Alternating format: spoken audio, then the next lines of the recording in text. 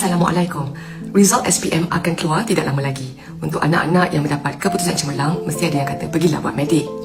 Sebagai doktor, saya ada 3 soalan untuk bertanya kepada mak dan ayah dan 3 tips untuk berkongsi kepada anak-anak yang betul-betul nak buat medik. Soalan pertama saya, cita-cita nak jadi doktor ni, cita-cita anak ataupun cita-cita mak ayah? Anak yang baik dan mendapat keputusan cemerlang, selalunya mereka ini patuh walaupun minat dan kecenderungan mereka sebenarnya di dalam bidang lain. Jadi mungkin mereka akan terima saranan ibu bapa tanpa banyak soal. Kita sebagai mak dan ayah kena ingat, ini hidup mereka, bukan perjalanan hidup kita. Soalan kedua, kenapa ibu dan ayah yang bercita-cita untuk anak buat medik? Pada pengalaman saya, masyarakat kita masih memandang kerjaya doktor sebagai simbol kejayaan dan kekayaan, sebagai kerjaya yang banyak memberi sumbangan gaji yang besar dan status yang tinggi. Dan soalan ketiga saya ialah, betul ke kerjaya doktor ni gaji besar dan hidup mewah? Di dalam sektor kerajaan, kerjaya houseman, gaji permulaannya masih 4 angka. Dan kalau nak merasa lebih daripada itu, kena tunggu sampai mencapai tahap pakar ataupun konsultan.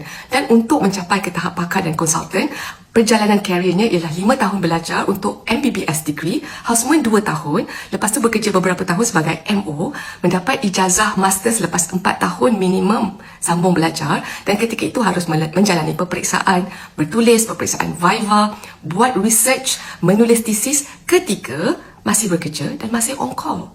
Dan untuk menjadi daripada specialist untuk menjadi kepada konsultan, mengambil masa sekurang-kurangnya 3 tahun lagi sebagai level fellowship. Jadi di manakah work-life balance? Di mata masyarakat memang kerjaya doktor disanjung tinggi, tetapi bagi individu yang bergelar doktor, apakah makna sanjungan tersebut? Sekiranya ini bukan pilihan hatinya.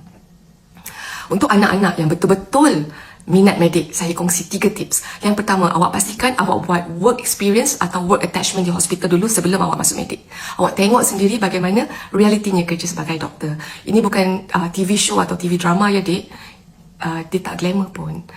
Tips kedua, awak belajar ilmu financial literacy, pelaburan dan juga pengurusan wang dengan bijak.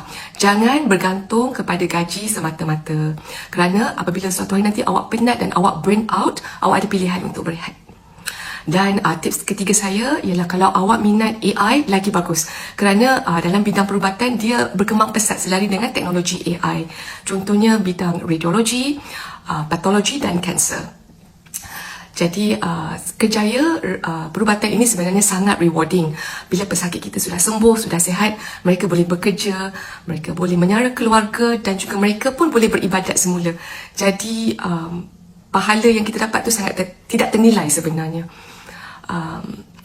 Jadi saya nak ucapkan all the best.